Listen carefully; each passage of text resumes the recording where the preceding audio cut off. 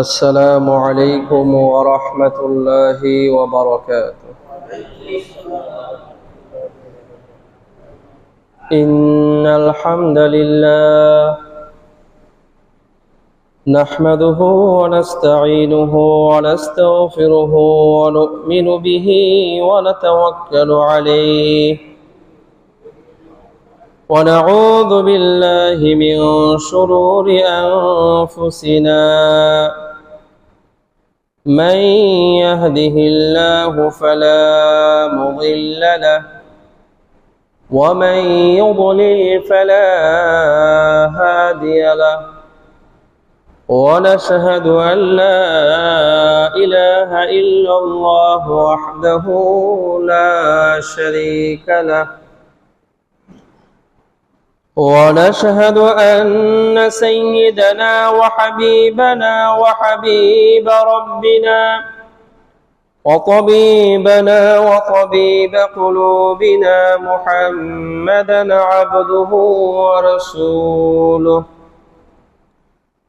أرسله الله كافة للناس بشيرا ونذيرا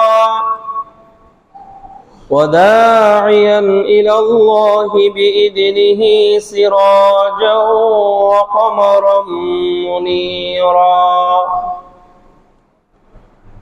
أما بعد فقد قال الله تبارك وتعالى في كلامه المجيد وفي فرقانه الحميد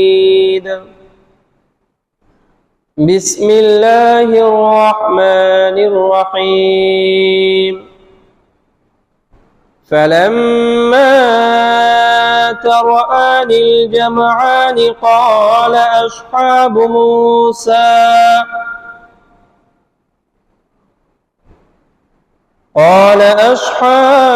موسى إنا لمدركون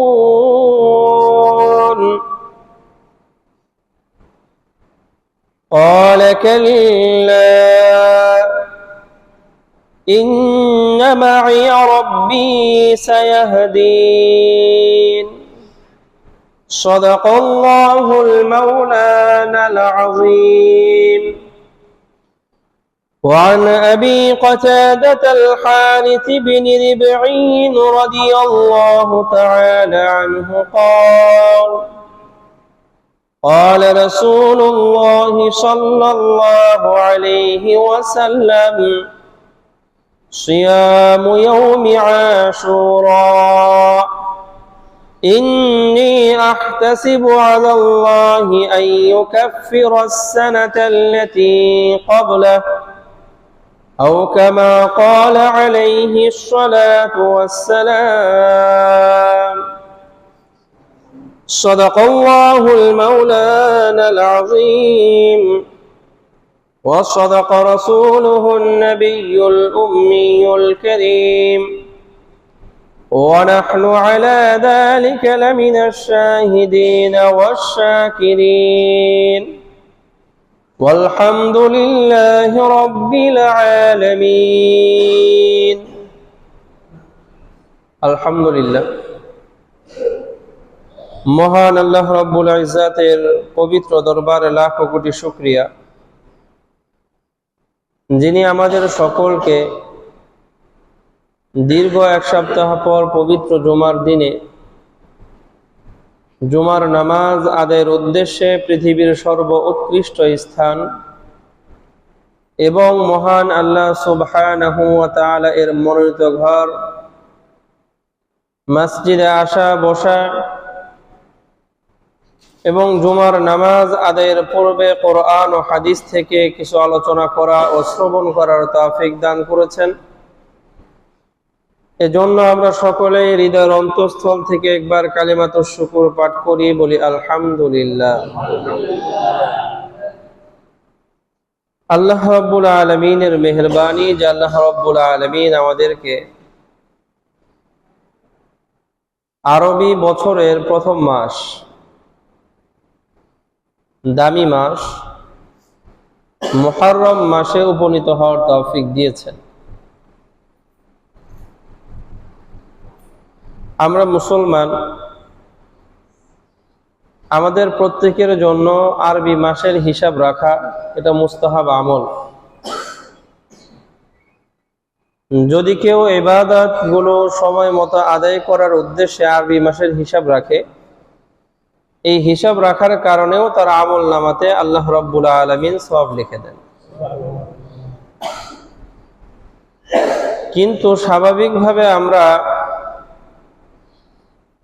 আরবি মাসের হিসাব সচরাচর কেউ রাখি না। আমাদের মধ্যে কিছু মানুষ আছে যারা বাংলা মাসের হিসাব রাখে, আবার অধিকাংশ মানুষ আছে তারা বাংলা মাসেরও হিসাব রাখে না, শুধু ইংরেজি মাসের হিসাব রাখে। কিন্তু আমরা মুসলমান হিসেবে আমাদের আরবি মাসের হিসাব রাখাটা জরুরি ছিল। কারণ আমাদের এই আরবি যে বছর 1448 হিজরি এই যে শুরু হলো, এই হিজরি সন মূলত শুরু হয়েছে রাসূল আরবি সাল্লাল্লাহু আলাইহি ওয়াসাল্লাম মক্কা থেকে যখন মদিনায় হিজরত করেন সেই সময় থেকে। যে বছর রাসূল হিজরত করেছেন সেটা হলো হিজরি প্রথম বর্ষ, এরপরের বছর দ্বিতীয়, এরপরের বছর তৃতীয়, এইভাবে 1448 পর্যন্ত আসছে।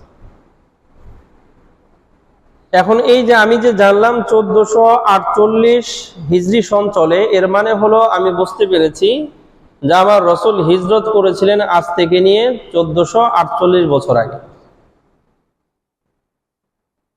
তাহলে এই আরবি হিজরি সন জানার মাধ্যমে রাসূল আরবি সাল্লাল্লাহু আলাইহি ওয়াসাল্লামের জীবনের ঐতিহাসিক একটা মুহূর্ত এর ব্যাপারে আমার একটা ধারণা চলে আসবে। কিন্তু আমরা হিজরি সন সম্পর্কে ধারণা রাখি না, জানার চেষ্টাও করি না।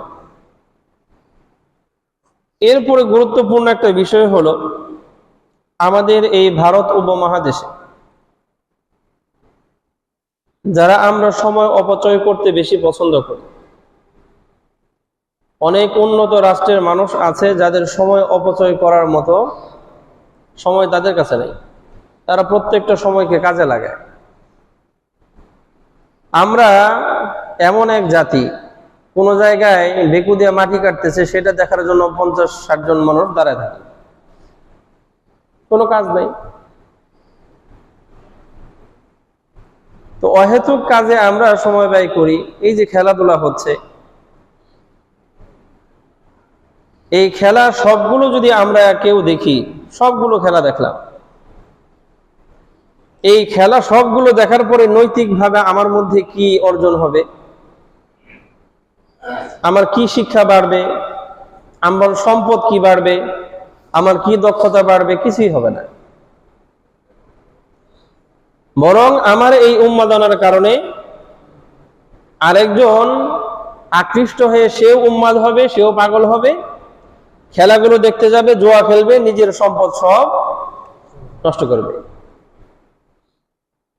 তো এই সমস্ত অহেতুক কাজে যাদের সময় ব্যয় করার মতো সস্তা সময় আছে, তা আমাদের অভ্যাস হলো নতুন বছর যখন শুরু হয়, যেমন ইংরেজি বছর, ডিসেম্বর মাস শেষ হলো, জানুয়ারি শুরু হবে, সেই রাতের বেলা এই যে নতুন বছর শুরু হবে, আমাদের এই বর্তমান যুব সমাজ এবং এর সাথে তাল মিলিয়ে আমাদের কিছু বয়স্ক বৃদ্ধ তারাও আছে, গান বাজনা, মদ পান, নেশা করা, আর কত ধরনের অনৈতিক কাজে জড়ায়া যায়, বাজি ফোটায়।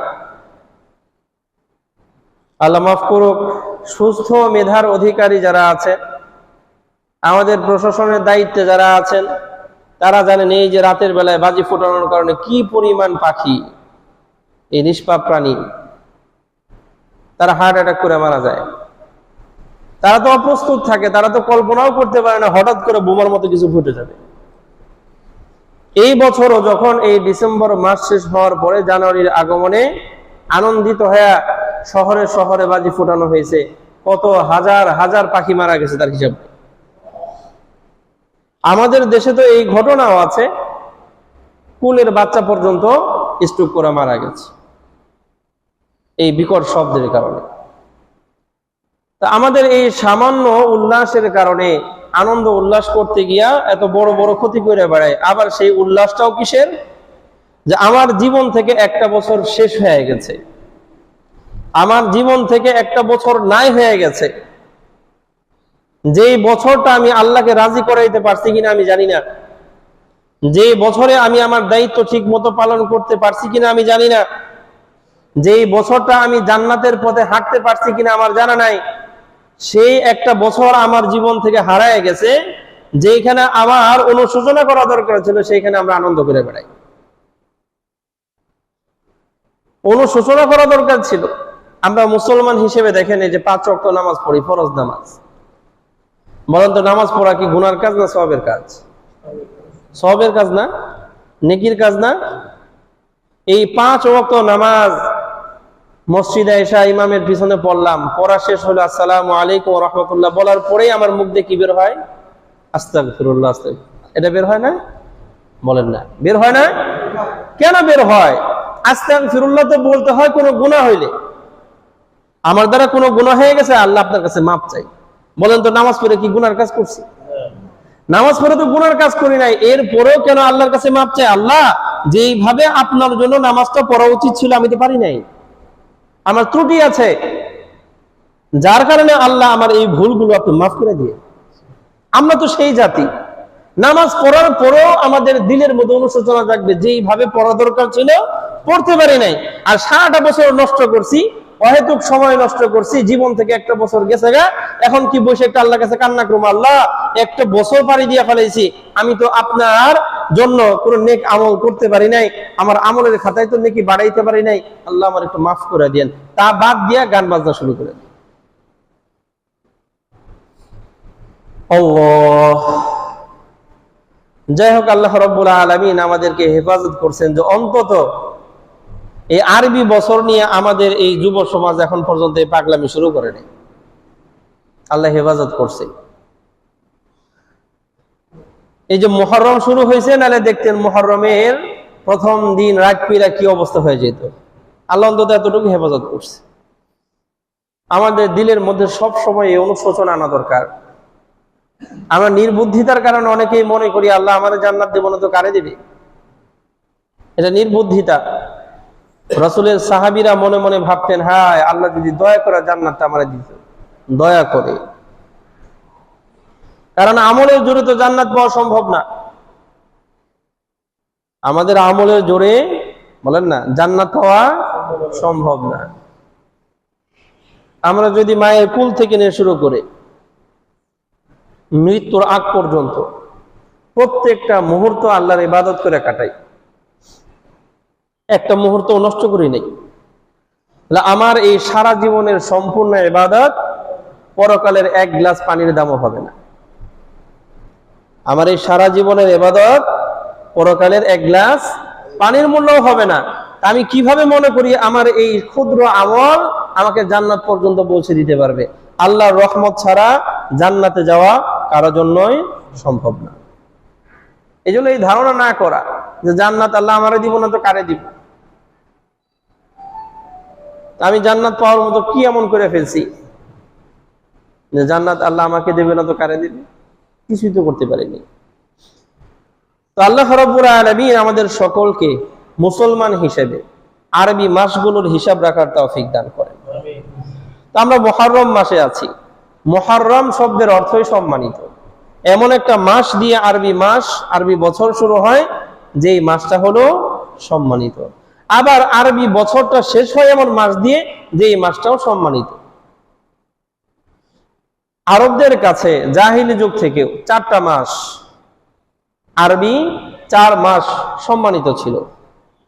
এর মধ্যে বছরের প্রথম মাস মুহররম, মাঝামাঝি একটা মাস হলো রজব, শেষের 2 মাস হলো জিলকাদ এবং জিলহজ। এই 4টা মাস তারা সম্মান করে, এই জাহিলি যুগ থেকেই সম্মান করে বেড়াইত।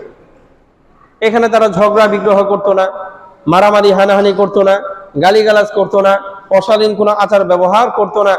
একদম পৈতৃক সূত্রে যেই যুদ্ধ, যেই ঝগড়া চলে আসতেছে, সেটাও এই মাসে বন্ধ রাখতো। এরকম মাস, যেই মাসকে জাহিলি যুগের সেই বর্বর মানুষেরাও, মূর্খ মানুষেরাও সম্মান দিত। এটা আল্লাহর পক্ষ থেকে নির্ধারিত এই 4 মাস সম্মানিত মাস। এই 4 মাসে মারামারি করা যাবে না, যুদ্ধ বিগ্রহ করা যাবে না। এই 4 মাস নিষেধ, যুদ্ধ করাও নিষেধ। সেই 4 মাসের একটা হলো মুহররম। এই মাসটা এত দামি মাস। মুসলিম শরীফের মধ্যে 1163তম হাদিসে হযরত আবু হুরায়রা রাদিয়াল্লাহু আনহু রাসূল থেকে বর্ণনা করেন, রাসূল বলেছেন, আফদালুস সিয়ামি বাদা রমাদান। রমাদান মাসের পরে, রমজান মাসের রোজা তো ফরজ, রমাদানের মাসের রোজা কি ফরজ। এই রমাদানের পরে সবচেয়ে দামি রোজা হইল শাহরুল্লাহিল মুহররম, আল্লাহর মাস। এই মুহররম মাসের রোজা কার মাস? আল্লাহর মাস। এখন বলেন তো, মুহররম মাস কার? সফর মাস কার? কথা বুঝেন না? সফর তো আল্লাহ। রবিউল আউয়াল কার? আল্লাহ। জানুয়ারি, ফেব্রুয়ারি, ডিসেম্বর সবই তো আল্লাহ। বৈশাখ, জ্যৈষ্ঠ, চৈত্র পর্যন্ত সবই তো আল্লাহর। এই দিন আল্লাহ, রাত আল্লাহর, সবই তো আল্লাহ। তাহলে রাসূল সাল্লাল্লাহু আলাইহি ওয়াসাল্লাম মুহররম মাসকে আল্লাহর কেন বললেন শাহরুল্লাহিল মুহররম?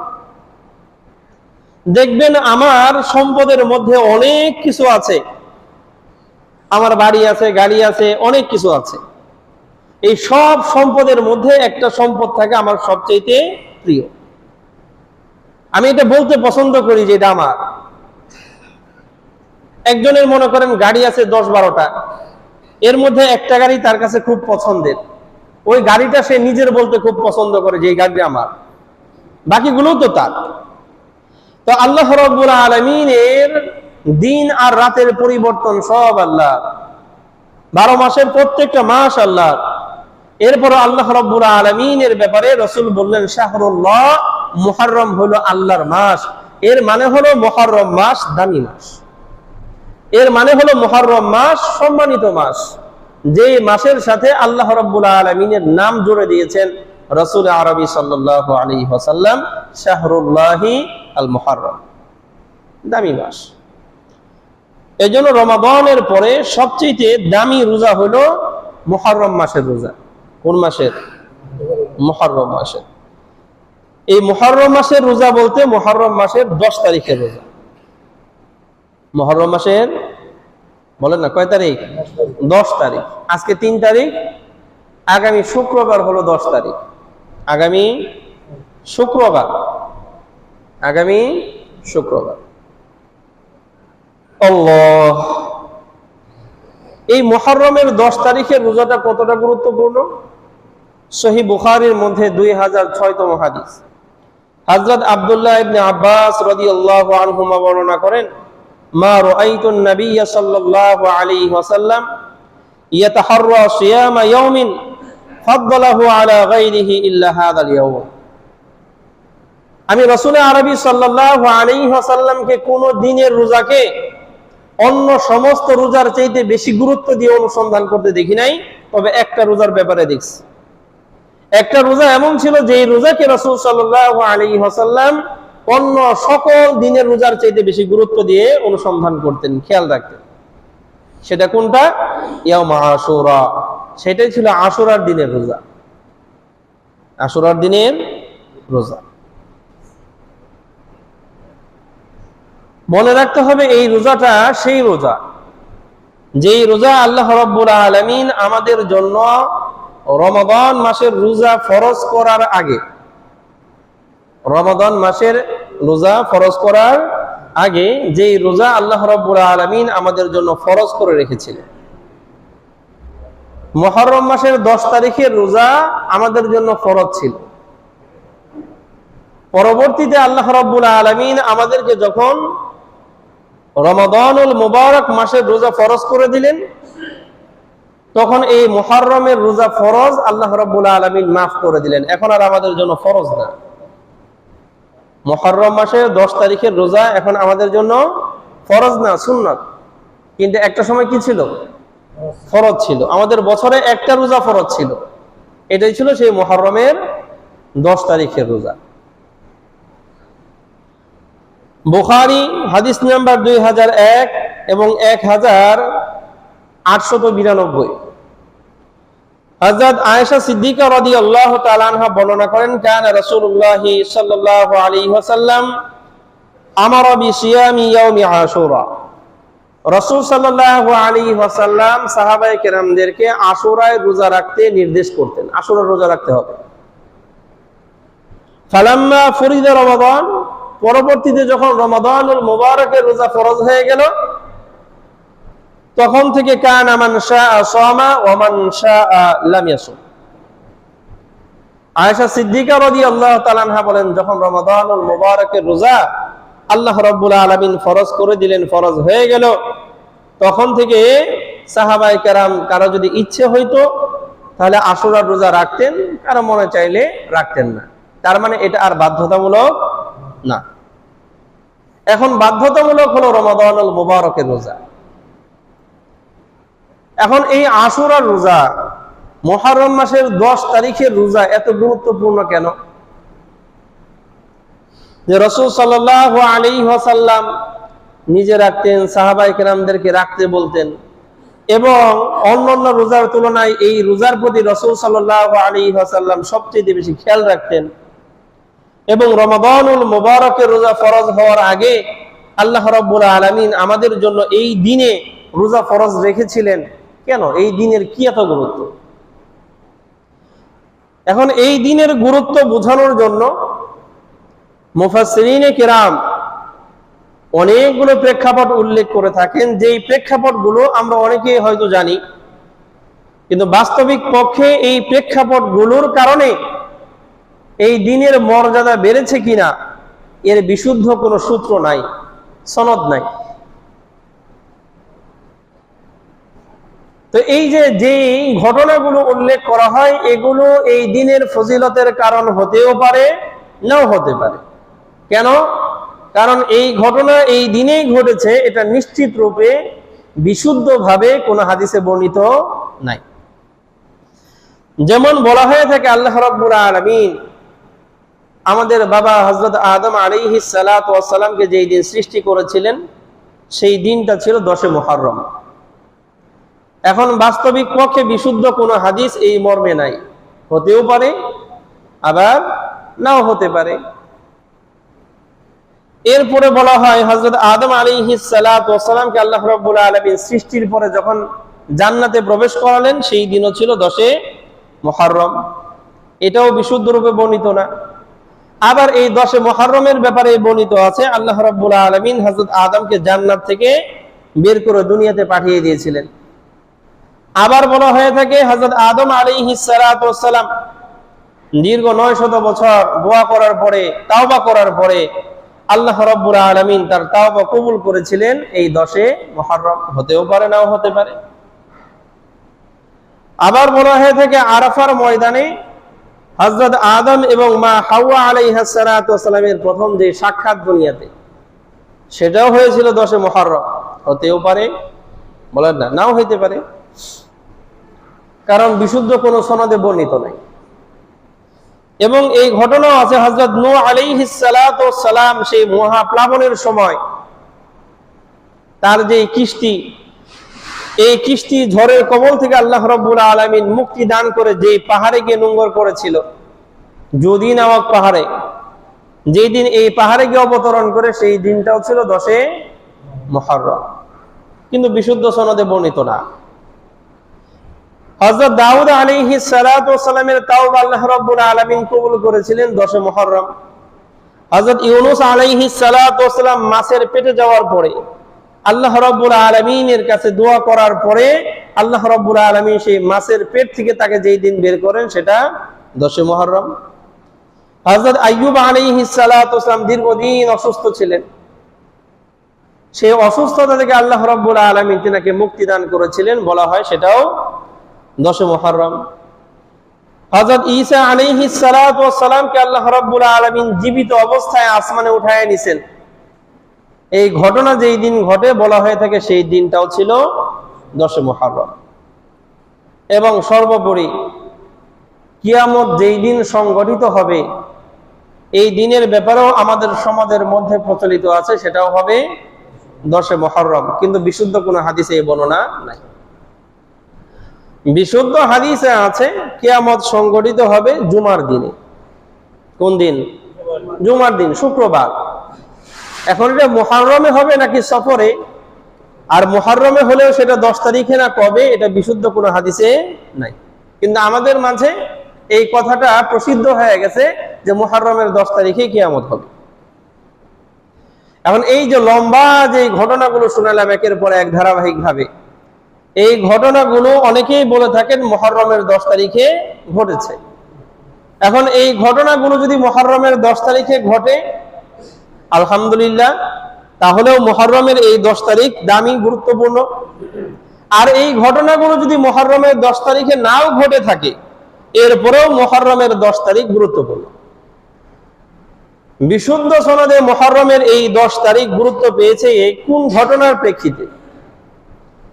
বুখারী শরীফের মধ্যে 2004তম হাদিস, হযরত আব্দুল্লাহ বিন আব্বাস রাদিয়াল্লাহু আনহুমা বর্ণনা করেছেন, কদিমা রাসূলুল্লাহ সাল্লাল্লাহু আলাইহি ওয়াসাল্লাম আল মদিনা, রাসূল সাল্লাল্লাহু আলাইহি ওয়াসাল্লাম মক্কা থেকে হিজরত করে যখন মদিনায় আসলেন, সাধারণত মদিনাতে বসবাস ছিল ইহুদিদের।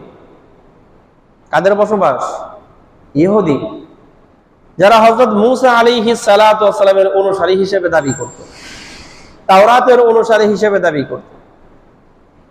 তো রাসূল মদিনায় আসার পরে লক্ষ্য করলেন, ফারাআনা আল ইয়াহুদা ইয়াসুমুনা ইয়াউমা আশুরা, তো রাসূল লক্ষ্য করলেন যে এই ইহুদিরা মুহররমের 10 তারিখে রোজা রাখে। তখন রাসূল সাল্লাল্লাহু আলাইহি ওয়াসাল্লাম তাদেরকে জিজ্ঞেস করলেন, মা হাদাল ইয়াউমুল্লাযী তাসুমুনা, রাসূল জিজ্ঞেস করলেন এটা কেমন দিন যেই দিনে তোমরা রোজা রাখো, এই দিনের বিশেষত্ব কি? তখন এই ইহুদিরা বলল, হাদা ইয়াউমুন সালিহুন, কোন বর্ণনায় আছে হাদা ইয়াউমুন আযীম। ইহুদিরা রাসূলকে জবাব দিল, এটা তো মহা একটা দিন, কল্যাণকর একটা দিন। এটাই সেই দিন যেই দিন আল্লাহ রাব্বুল আলামিন হযরত মূসা এবং তার কওম বনি ইসরাইলকে ফেরাউন এবং তার বাহিনীর হাত থেকে মুক্তি দান করেছিলেন এবং নীল নদ নিরাপদে পার করে দিয়েছিলেন। এবং এটাই সেই দিন যে দিনে আল্লাহ রাব্বুল আলামিন ফেরাউন আর তার বাহিনীকে নীল নদে ডুবাইয়া মারছিলেন। এটাই সেই ঐতিহাসিক দিন। যেহেতু এই দিনে আল্লাহ রাব্বুল আলামিন আমাদের নবী হযরত মূসা আলাইহিস সালাতু ওয়াস সালামকে ফেরাউন আর তার বাহিনীর হাত থেকে, কবল থেকে রক্ষা করেছিলেন, যার কারণে পরবর্তী বছরগুলোতে হযরত মূসা আলাইহিস সালাতু ওয়াস সালাম এই দিনে শুকরিয়াদান আল্লাহর দরবারে একটা রোজা রাখতেন। যেহেতু এই দিনে আল্লাহ রাব্বুল আলামিন ফেরাউন এবং তার বাহিনীর হাত থেকে হযরত মূসাকে মুক্তি দিয়েছিলেন, এই জন্য শুকরিয়াদান প্রতি বছর হযরত মূসা আলাইহিস সালাতু ওয়াস সালাম এই দিন রোজা রাখতেন। এখন ইহুদিরা বলতেছেন যেহেতু আমাদের নবী এই দিনে রোজা রাখতেন এই জন্য আমরাও রাখি। তখন রাসূল সাল্লাল্লাহু আলাইহি ওয়াসাল্লাম বললেন, যেহেতু তোমরা রাখো, আনা আহাক্কু বিমূসা মিনকুম, রাসূল বলেন মূসা আলাইহিস সালাতু ওয়াস সালামের অনুকরণ করার বেশি হকদার তোমাদের চাইতে আমি, কারণ তোমরা তো বাস্তবিক পক্ষে মূসা আলাইহিস সালাতু ওয়াস সালামের অনুসরণ করো না। মূসা আলাইহিস সালাতু ওয়াস সালাম তো আল্লাহ রাব্বুল আলামিনের পক্ষ থেকে যে ধর্ম নিয়ে আসছিলেন সেটা হলো লা ইলাহা ইল্লাল্লাহ, আল্লাহ রাব্বুল আলামিন ছাড়া কোনো ইলাহ নাই, কোনো মাবুদ নাই। আর তোমরা ইহুদিরা তো কত উপাসনা বানায় নিছো, কত মাবুদ বানায় নিছো, কত মূর্তি বানায় নিছো। আল্লাহ রাব্বুল আলামিন হযরত মূসা আলাইহিস সালাতু ওয়াস সালামের উপর আসমানি যে কিতাব দিয়েছিলেন সেটা হলো তাওরাত। আর তোমরা এই ইহুদিরা সেই তাওরাতের মধ্যে মন মতো কিছু কথা বাড়াইছো, আবার আল্লাহর যে কথা ভাল লাগে না, পছন্দ হয় না, সেটারে তাওরাত থেকে বাদ দিছো। অতএব তোমরা তো পরিপূর্ণ তাওরাত ফলো করো না। আমি নবী মুহাম্মদুর রাসূলুল্লাহ মুসা আলাইহিস সালাতু ওয়াসসালাম যে ধর্ম যে বাণী নিয়ে আসছিলেন লা ইলাহা ইল্লাল্লাহ, আমিও সেই বাণীর প্রচার করি লা ইলাহা ইল্লাল্লাহ। মুসা আলাইহিস সালাতু ওয়াসসালাম যে আল্লাহ রাব্বুল আলামিনের পক্ষ থেকে নবী হয়ে আসছিলেন, আমিও সেই আল্লাহর পক্ষ থেকে নবী হয়ে আসছি। মুসা আলাইহিস সালাতু ওয়াসসালাম যে আল্লাহর পক্ষ থেকে আসমানি কিতাব তাওরাত পেয়েছিলেন, আমি সেই আল্লাহ রাব্বুল আলামিনের পক্ষ থেকে আসমানি কিতাব কুরআন পেয়েছি। অতএব মুসার সাথে আমার সাদৃশ্য বেশি। অতএব তোমরা যদি মুসা আলাইহিস সালামের অনুসরণ কইরা রোজা রাখতে পারো, আমি আরো ভালো বেশি করে রাখবো। তখন থেকে রাসূল সাল্লাল্লাহু আলাইহি ওয়াসাল্লাম বললেন যে আমি এই মুহররমের 10 তারিখে রোজা রাখবো, এবং সাহাবায়ে কেরামদেরকে রাসূল সাল্লাল্লাহু আলাইহি ওয়াসাল্লাম এই মুহররমের 10 তারিখে রোজা রাখার নির্দেশ দিয়ে দিলেন। এখন এই মুহররমের 10 তারিখের মর্যাদা কেন আসছে? কারণ এই মুহররমের 10 তারিখে আল্লাহ রাব্বুল আলামিন হযরত মূসা এবং তার কওমকে ফেরাউন আর তার বাহিনীর হাত থেকে মুক্তি দিয়েছিলেন। এটাই হলো মূল ঘটনা। অতএব এই মুহররমের 10 তারিখের গুরুত্ব হযরত আদম আলাইহিস সালামের সৃষ্টি মুহররমের 10 তারিখে হোক আর না হোক কমবে না। হযরত আদম আলাইহিস সালামকে মুহররমের 10 তারিখে আল্লাহ রাব্বুল আলামিন জান্নাতে প্রবেশ করান অথবা বের করান, এটা এই ঘটনা ঘটুক আর না ঘটুক, মুহররমের 10 তারিখের গুরুত্ব কমবে না। আরো গুরুত্বপূর্ণ বিষয় হলো, আমাদের সমাজে এখনো অনেক মানুষ মনে করে যে মুহররমের 10 তারিখের গুরুত্ব কারবালার কারণে।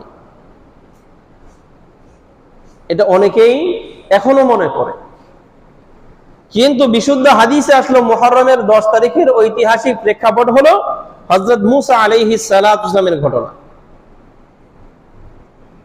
এখন দেখেন, রাসূল আরবি সাল্লাল্লাহু আলাইহি ওয়াসাল্লামের ইন্তেকালেরও 60 বছর পরে, কত বছর বলেন না, কত বছর? 60 বছর পরে, 50 বছর পরে, রাসূল সাল্লাল্লাহু আলাইহি ওয়াসাল্লামের ইন্তেকালেরও 50 বছর পরে একটা ঘটনা ঘটছে কারবালার ময়দানে। কোথায়? কারবালার ময়দানে। এখন রাসূল সাল্লাল্লাহু আলাইহি ওয়াসাল্লামের ইন্তেকালের প্রায় 3 মাস আগে আল্লাহ রাব্বুল আলামিন কোরআনের একটা আয়াত নাযিল করেছেন, আল ইয়াউমা আকমালতু লাকুম দীনাকুম। আল্লাহ রাব্বুল আলামিন রাসূল আরবি সাল্লাল্লাহু আলাইহি ওয়াসাল্লামের ইন্তেকালেরও প্রায় 3 মাস আগে এই ঘোষণা করে দিয়েছেন যে আমি তোমাদের এই ইসলাম ধর্মকে আজকে পরিপূর্ণ করে দিয়েছি, নতুন করে আর কোনো বিধান এখানে আসবে বলেন না, নতুন করে কোনো বিধান ইসলাম ধর্মে যোগ করার সুযোগ আর নাই। আল ইয়াউমা আকমালতু লাকুম, এমন কোন হিসাব নাই যে এই বিধানটা ইসলাম ধর্মে দরকার ছিল এখন পর্যন্ত আল্লাহ দেন নাই, 50 বছর পরে আসবে। তাহলে আর কামেল মুকাম্মাল হলো কেমনে? আল্লাহ বলে দিয়েছেন আমি এই ধর্মকে আজকে কি করেছি? পরিপূর্ণ করে দিয়েছি। তাহলে রাসূলের ইন্তেকালের আগে আমাদের ধর্ম পরিপূর্ণ বলেন না হয়ে গেছে। এখন যদি বলি যে না এই দিনের গুরুত্ব পাইছে সেই কারবালার ইতিহাসের কারণে, তাহলে কারবালা তো রাসূলের ইন্তেকালেরও 50 বছর পরে। তাহলে আমাদের ধারণা হলো যে না ইসলাম ধর্মে এই বিধানটা পরিপূর্ণ ছিল না, রাসূলের ইন্তেকালের 50 বছর পরে হয়েছে। তাহলে আমাদের এই বিশ্বাস কোরআনের এই আয়াতের সাথে সাংঘর্ষিক। কারণ আল্লাহ বলতেছেন আল ইয়াউমা আকমালতু, আমি পরিপূর্ণ করে দিয়েছি, আর আমরা মনে মনে ভাবতেছি যে না এই দিনের ফজিলত একটু বাকি ছিল, রাসূলের ইন্তেকালের 50 বছর পরে হয়েছে। কারবালার ইতিহাস এটা আমাদের মুসলমানদের জন্য হৃদয় বিদারক ইতিহাস, এটা নিয়ে কোনো দ্বিমত নাই। রাসূল আরবি সাল্লাল্লাহু আলাইহি ওয়াসাল্লামের কলিজার টুকরা নাতিকে হত্যা করা হয়েছে। এই ঘটনা আমাদের জন্য অবশ্যই হৃদয় বিদারক, এটা কোনোভাবেই পাশ কেটে যাওয়ার মতো ঘটনা না। কিন্তু এই ঘটনার প্রেক্ষিতে এই দিনের মর্যাদা বাড়ছে, বিষয়টা এরকম না। আল্লাহ রাব্বুল আলামিন আমাদের সকলকে বোঝার তৌফিক দান করেন। তো কোন ঘটনার প্রেক্ষিতে এই দিনের মূল মর্যাদা? সেটা হলো হযরত মূসা আলাইহিস সালাতু ওয়াস সালাম এবং তার কওমকে আল্লাহ রাব্বুল আলামিন নিজ কুদরতে ফেরাউন এবং তার বাহিনীর হাত থেকে বাঁচিয়ে দিয়েছিলেন। সেই ঘটনা আল্লাহ রাব্বুল আলামিন পবিত্র কোরআনের বিভিন্ন জায়গাতে উল্লেখ করেছেন। সূরা শুআরা আয়াত নাম্বার 52 থেকে 65, শুধু আয়াত এবং আয়াতের তরজমা আপনাদেরকে শোনাই। আল্লাহ রাব্বুল আলামিন বলেন ওয়া ওয়াহাইনা ইলা মূসা আন আসরি বিইবাদি ইন্নাকুম মুত্তাবাউন। আল্লাহ রাব্বুল আলামিন হযরত মূসাকে বললেন, মূসা, তুমি যে মিশরে বসবাস করতেছো, তোমার যে কওম বনি ইসরাইল, আর ফেরাউনের কওম হলো কিপ্তি। ফেরাউনের বংশ কি? কিপ্তি বংশ। ফেরাউন তো নিজেরে খোদা দাবি করত, শুধু খোদা দাবি করতো তাই না, সে বলতো আনা রব্বুকুমুল আলা, আমি তোমাদের সবচেয়ে বড় দেবতা। নাউজুবিল্লাহ। এখন এই ফেরাউনের বংশধর যারা, তারা তো জানতো যে আমরা তাইলে খোদার বংশের লোক। কথা বুঝেন নাই? দেবতার বংশের লোক আমরা। যেমন মনে করেন একটা সময় জমিদারদের রাজত্ব ছিল, জমিদার বংশের কেউ হইলেই গরিবদেরকে কি মনে করত? নিজেদের চাকর বাকর মনে করত। এখন এই মিশরের মধ্যে কিপ্তি বংশ হইলেও তারা মনে করত আমরা দেবতার বংশের লোক, যার কারণে এই বনি ইসরাইলদেরকে তারা নিজেদের চাকর বাকর মনে করত, তাদেরকে চাকর হিসেবে ব্যবহার করত। তো আল্লাহ রাব্বুল আলামিন হযরত মূসা আলাইহিস সালাতু ওয়াস সালামকে বললেন, যদি এই মিশরেই বসবাস করো, তাহলে এই তোমার কওমের লোকেরা স্বাধীনভাবে আল্লাহ রাব্বুল আলামিনের দ্বীন ফলো করতে পারবে না।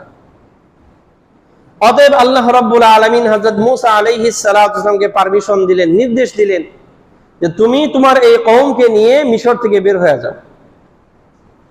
তবে পাশাপাশি আল্লাহ রাব্বুল আলামিন এই কথাও জানিয়ে দিলেন, ইন্নাকুম মুত্তাবাউন, মনে করো না যে নিরাপদে পার হইতে পারবা। তোমরা এই মিশর থেকে বের হওয়ার সাথে সাথে আবার তোমাদের পিছনে একটা বাহিনী তোমাদেরকে ধাওয়া করবে, এটাও প্রস্তুত থাকো। ইন্নাকুম মুত্তাবাউন, তোমাদেরকে ধাওয়া করা হবে।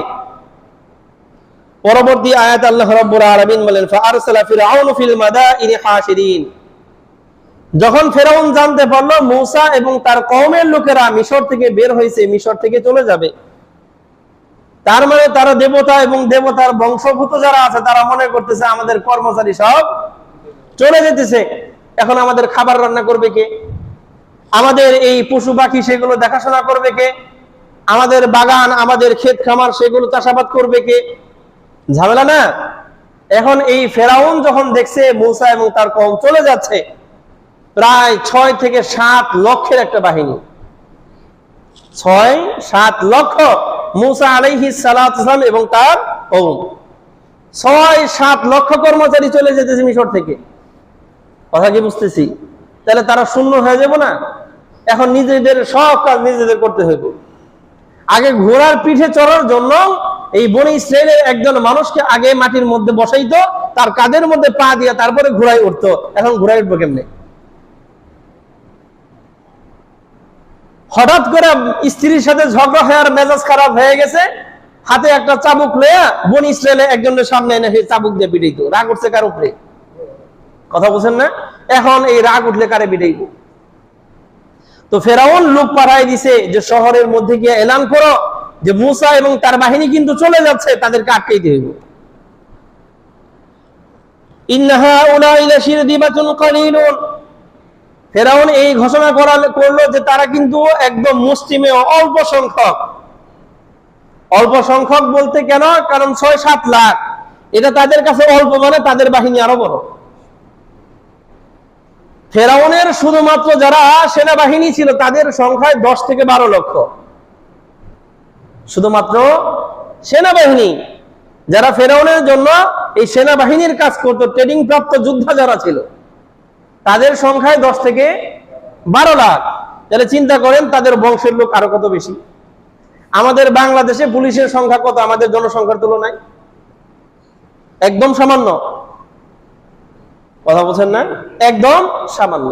ঠিক ওই সময়ে তো সেনাবাহিনীর সংখ্যা মোট জনসংখ্যার তুলনায় অবশ্যই 100 ভাগের হয়তো 1 ভাগ বা 2 ভাগ। তাহলে 10 থেকে 12 লাখ যদি তার সেনাবাহিনী থাকে, তাহলে চিন্তা করেন বংশের লোক কত বেশি। তো সেই তুলনায় মূসা এবং তার কওমের লোক হলো অল্প সংখ্যক, তাদেরকে ধরতে হবে। এবং ফেরাউনের পক্ষ থেকে এলান করা হলো ওয়া ইন্নাহুম লানা লাগাইজুন, তারা আমাদেরকে ক্রুদ্ধ করেছে, রাগান্বিত করেছে।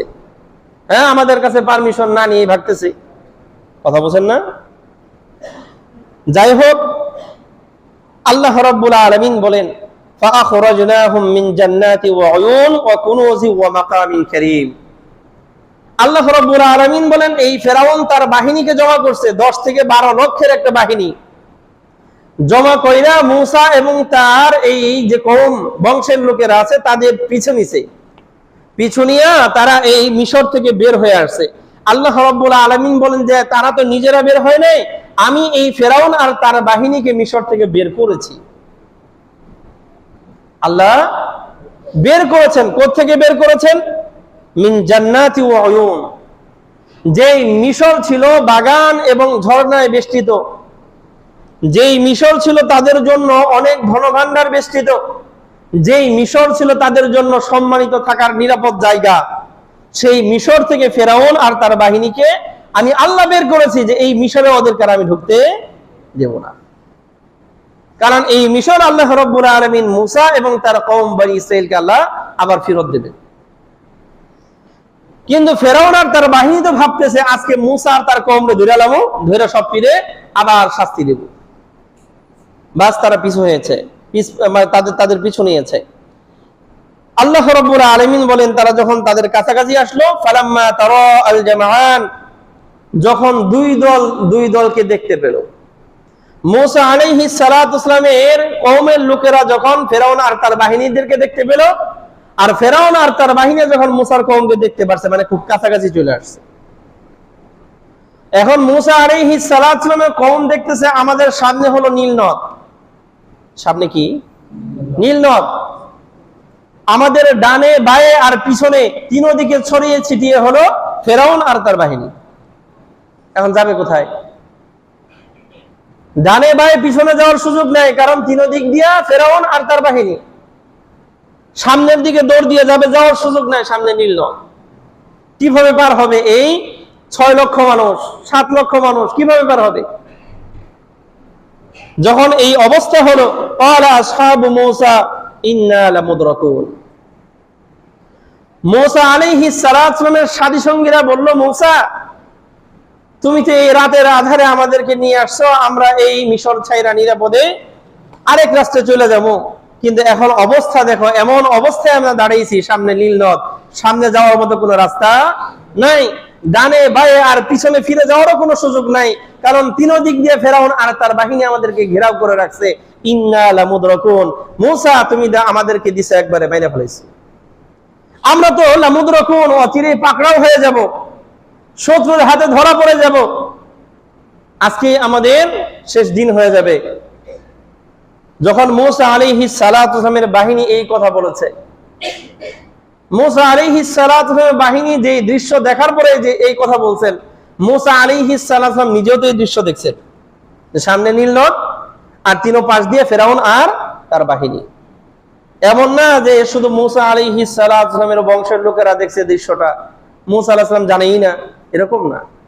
মূসা আলাইহিস সালাতু ওয়াসসালাম দেখতেছেন সামনে নীল নদ, যাওয়ার জায়গা নেই, ডানে বায়ে আর পিছনে তিনো দিক দিয়ে হলো ফেরাউন আর তার বাহিনী। কিন্তু মূসা আলাইহিস সালাতু ওয়াসসালামের দিলের মধ্যে ছিল আল্লাহর প্রতি অগাধ বিশ্বাস।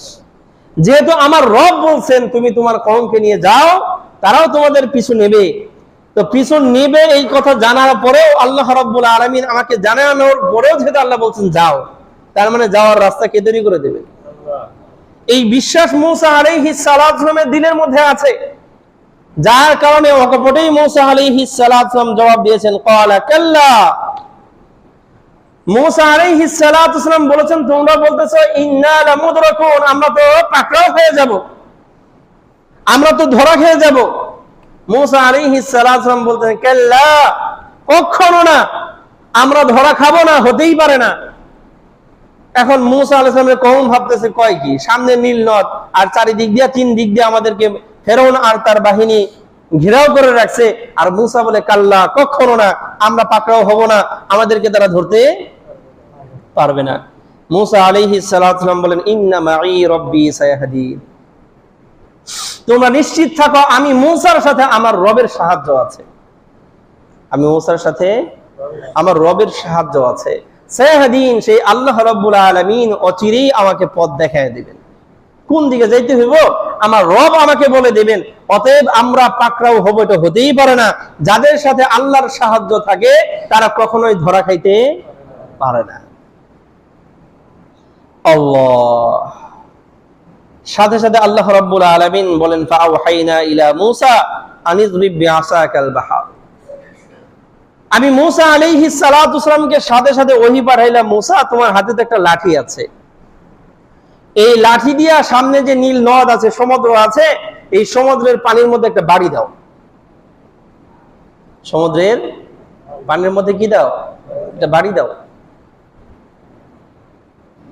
এখন স্বাভাবিকভাবেই দিলে প্রশ্ন আসতে পারে, আল্লাহ সামনে হলো নীল নদ, তিন দিক দিয়ে হলো ফেরাউনের বাহিনী, আর আপনি হানকন হলো পানির মধ্যে কি দাও? কথা বুঝেন না? কিন্তু মূসা আলাইহিস সালাতু ওয়াসসালামের দিলে যেহেতু আল্লাহ রাব্বুল আলামিনের প্রতি অগাধ বিশ্বাস, তিনি পাল্টা প্রশ্ন করেন নাই। কিন্তু মূসা আলাইহিস সালাতু ওয়াসসালামের স্বভাব ছিল যে কোনো বিষয়ে প্রশ্ন করা, জিজ্ঞেস করা। আল্লাহ রাব্বুল আলামিন একটা বললে তিনি আরো দুই তিনটা কথা বলতেন। এটা মূসা আলাইহিস সালাতু ওয়াসসালামের অভ্যাস ছিল। কেন? আল্লাহর সাথে লম্বা সময় কথা বলতে চাইতেন। কিন্তু এখন মূসা আলাইহিস সালাতু ওয়াসসালাম প্রশ্ন করেন না, আল্লাহ এই পানির মধ্যে বাড়ি দিয়ে কি হইব? এই প্রশ্ন মূসা করেন নাই। আল্লাহ রাব্বুল আলামিন বলেছেন তোমার এই লাঠি দিয়ে সমুদ্রে বাড়ি দাও। সাথে সাথে মূসা আলাইহিস সালাতু ওয়াসসালাম কোনো প্রশ্ন না করে, কোনো দ্বিধা না করে মূসা আলাইহিস সালাতু ওয়াসসালাম তার লাঠি দিয়ে সমুদ্রের মধ্যে একটা বাড়ি দিয়ে ফেলেছে। আল্লাহ রাব্বুল আলামিন বলেন ফালাকা ফাকানা কুল্লু ফিরকিন কাত্তাউদিল আযীম।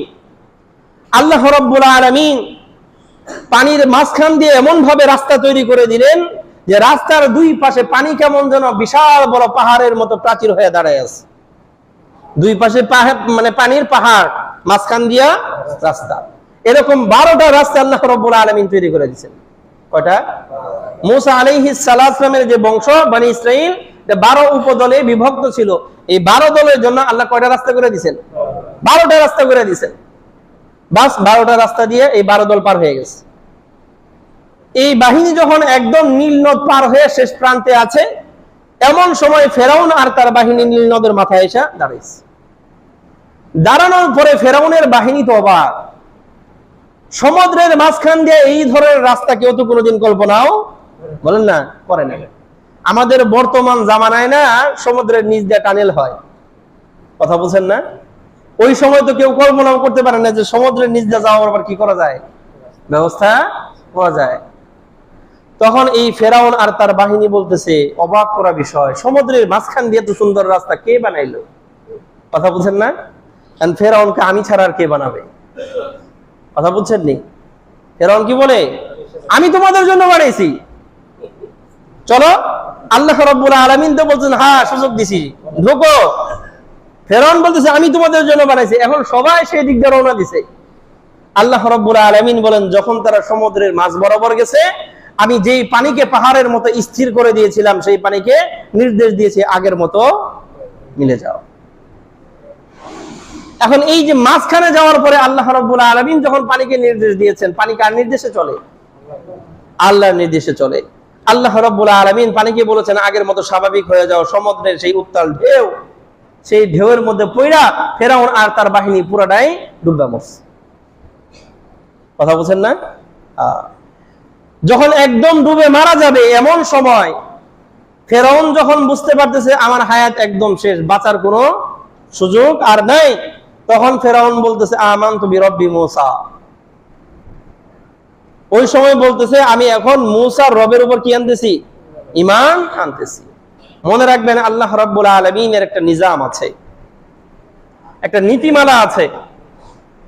আল্লাহ রাব্বুল আলামিন কতদিন পর্যন্ত আমাদের তওবা কবুল করেন? ইন্নাল্লাহা ইয়াকবালু তাওবাতা আবদিহি মা লাম ইগরগির।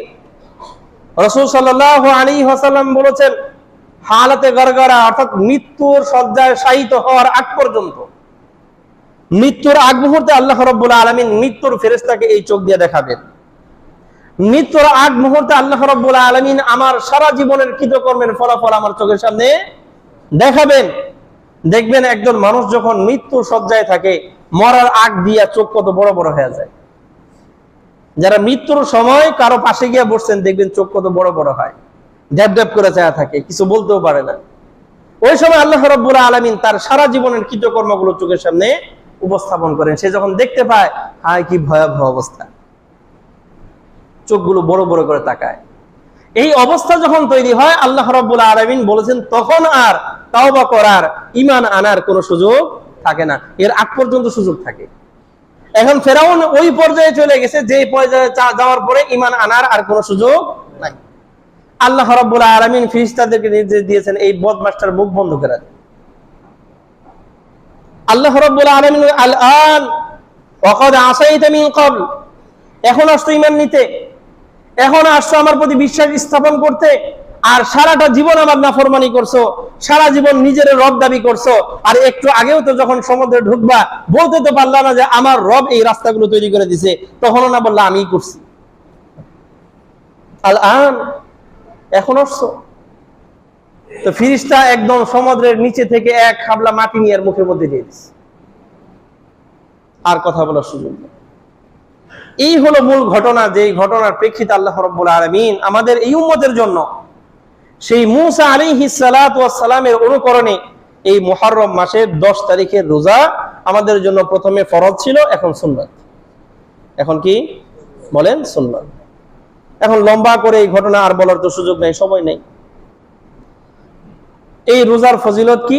রাসূল আরবি সাল্লাল্লাহু আলাইহি ওয়াসাল্লাম বলেছেন, সিয়ামু ইয়াউমি আশুরা ইন্নী আহতাসিবু আলাল্লাহ, এই মুহররম মাসের 10 তারিখের রোজার ব্যাপারে আমি আল্লাহর কাছে আশাবাদী, আইয়ুকাফিরাস সানাতাল্লাতী ক্বাবলা, যে আল্লাহ রাব্বুল আলামিন অতীত জীবনের 1 বছরের গুনাহ মাফ করে দিবেন।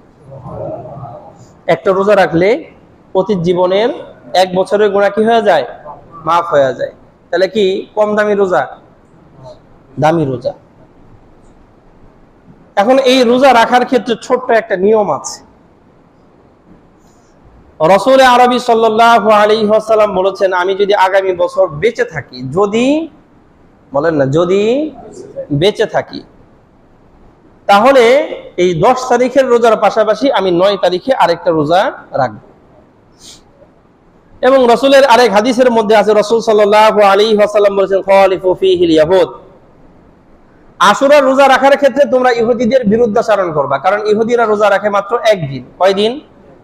অতএব তোমরা রোজা রাখবা 2 দিন, ক্বাবলাহু ইয়াওমান আও বা'দাহু ইয়াওমান, হয়তো এই 10 তারিখের আগের একদিন সহ রাখবা, অথবা আগের একদিন না রাখতে পারলে পরের আরেক দিন সহ রাখবা। কয় দিন? তাহলে 2 দিন। কেন? কারণ ইহুদিরা রোজা রাখে 1 দিন, আমরাও রাখলাম 1 দিন, তাহলে কাদের সাথে মিলা যায়? ইবাদতের ক্ষেত্রেও ইহুদিদের সাথে মিল রাখার সুযোগ আমাদের জন্য নাই, কারণ আমাদের আলাদা আল্লাহ রাব্বুল আলামিন একটা আদর্শ দিয়েছেন, আমাদের ইহুদিদের আদর্শে চলার কোনো প্রয়োজন নাই। কিসের ক্ষেত্রে? ইবাদতের ক্ষেত্রেও। আর এখন আমরা চুল রাখি হলো ইহুদিদের মতো করে, রাসূলের সুন্নাত দাড়ি এটাও শেভ করে ইহুদিদের মতো করে। কথা বুঝছেন না? গায়ের মধ্যে যে জামাটা পরি সেটাও ইহুদিদের মতো। শুধু ইহুদিদের মতো তাই না, ইহুদির নামও লেখা পিছন দিয়ে। আমাদের ন্যূনতম বিবেক বোধ আর লজ্জাবোধ নাই। মসজিদে নামাজ পড়তে আসছি কার জন্য? আল্লাহর জন্য। সেইখানে একটা এই জামা পরে আসছে, এগুলোর জন্য কি বলে? জার্সি। এমন একটা জার্সি পরে আসছে যেটা পিছনে লেখা হলো মেসি। মেসি তো আল্লাহর দোস্ত, হ্যাঁ? বলে না। যে মানুষটা এই দুনিয়ার বুকে আমাদের এই যে গাজার বুকে ছোট ছোট বাচ্চাদের হত্যাকে সমর্থন করছে, মুসলমানদের বিরুদ্ধে সবসময় অবস্থান নেয়, আর সমকামিতাকে প্রমোট করে, সে কি আল্লাহর দোস্ত? তার নাম পিঠের মধ্যে গুজ্জা নামাজ পড়তে আসছে আল্লাহর দরবারে সিজদা দিতে, লজ্জাও করেন আমাদের। যে অপরাধের কারণে আল্লাহ রাব্বুল আলামিন একটা নবীর স্ত্রী সহ তার কওমের লোকদেরকে আল্লাহ রাব্বুল আলামিন ধ্বংস করে দিয়েছেন, সেটারে তারা প্রমোট করে, সমকামিতারে প্রমোট করে, আর সেই মেসির নাম একটা লইয়া একটা জার্সি পইরা বাস চলে আসছি মসজিদে কার দরবারে সিজদা দিতে। একটু লজ্জাও করে না? একটা নাম নিলাম, তার মানে এই না যে এই একটাই আছে, আরো আছে। কথা বুঝি না? এই জন্য আল্লাহ রাব্বুল আলামিনকে যারা আমরা মহব্বত করি, ভালোবাসি, মনে রাখবো সেই আল্লাহ রাব্বুল আলামিন আমাদের এই ধর্মে এই বিধান দিয়েছেন, লা তাত্তাখিযুল ইয়াহুদা ওয়ান নাসারা আউলিয়া, ইহুদি আর নাসারাদেরকে বন্ধু বানায়ও না, তাদেরকে তোমাদের অনুসরণীয় অনুকরণীয় বানায়ও না, তাদের মতো করে চুল কাটবার যাও না, তাদের মতো করে হাঁটাহাঁটি করো না, তাদের মতো চেহারা বানাইতে যাও না, তাদের মতো তাদের নামগুলো নিয়ে পিছনে নিয়ে ঘুরো না। যদি তোমার এতই পছন্দ হয়, কেন আমার নবীর নাম নাই, তোমার জার্সির পিছনে মোহাম্মদ লেখা তারপরে ঘুরো কেন? আমার ইসলাম ধর্মের সুন্দর একটা নাম আছে না, ইসলাম, পিছনে ইসলাম লেখা তারপরে ঘুরো, লজ্জাও হয় না। আল্লাহ রাব্বুল আলামিন মাফ করুক। কোন ইহুদি কোন খ্রিস্টানকে দেখছেন আমার নবীর নামের জার্সি পরে ঘুরতেছে? তা আমি সেই নবীর উম্মত হয়ে তাদের নামের জার্সি পরে ঘুরি, আমার ন্যূনতম লজ্জাও তো হয় না। আবার কেউ বললে আমরা হিংসাত্মক, আবার বলি যে হ্যাঁ হুজুরের কি হিংসা, খালি ইয়াসির নামে কয়, নেইমারের নাম কয়, অমুকের নাম কয়, তমুকের নাম কয়। না, হিংসার কিছু নাই। বাস্তবতা উপলব্ধি করা যে আল্লাহ রাব্বুল আলামিনের বিরুদ্ধাচরণ যারা করে তাদেরকে কেমনে ভালোবাসি। ইসলাম ধর্মের বিরুদ্ধে যাদের অবস্থান, আরে ফিলিস্তিনের ছোট ছোট বাচ্চাদের সেই ক্ষত বিক্ষত হাত আর পায়ের কথা ভুলে গেছেন, রক্তাক্ত সেই দেহের কথাগুলো ভুলে গেছেন। এই যে খেলে খেলে লক্ষ কোটি টাকা পায়া সেই ইহুদিদেরকে আবার তারা এখান থেকে ডোনেট করে, হ্যাঁ আবার আরেকটা বোমা ফেলেন, আর তাদের প্রতি মহব্বত দেখে আমরা। তার মানে হলো সেই ফিলিস্তিনের ছোট ছোট বাচ্চাদেরকে বোমা ফেলার পিছনে আমারও ন্যূনতম ভূমিকা আছে, কারণ আমি তো তাদেরকে উৎসাহ দিয়ে বেড়াই। আল্লাহ রাব্বুল আলামিন আমাদের সকলকে হেফাজত করুন। আমরা সকলেই চেষ্টা করব আগামী শুক্রবার মুহররম মাসের 10 তারিখ আশুরা, তো 10 তারিখে রোজা রাখার চেষ্টা করব, এবং তার আগে পরে বৃহস্পতিবার এবং শনিবার মিলিয়ে রোজা রাখার চেষ্টা করব। কারো যদি 2 দিন রোজা রাখতে কষ্ট হয়, 1 দিন রোজা রাখলেও হয়ে যাবে ইনশাআল্লাহ। কারো যদি 2 দিন রোজা রাখতে কি হয়, কষ্ট হয়, 1 দিন রাখতে মনে চায়, 2 দিন রাখলে কষ্ট হয়ে যাবে, 1 দিন রাখলেই যথেষ্ট হবে ইনশাআল্লাহ। আল্লাহ রাব্বুল আলামিন আমাদের সকলকে তৌফিক দান করেন। ওয়া আখিরু দাওয়ানা আলহামদুলিল্লাহি রাব্বিল আলামিন।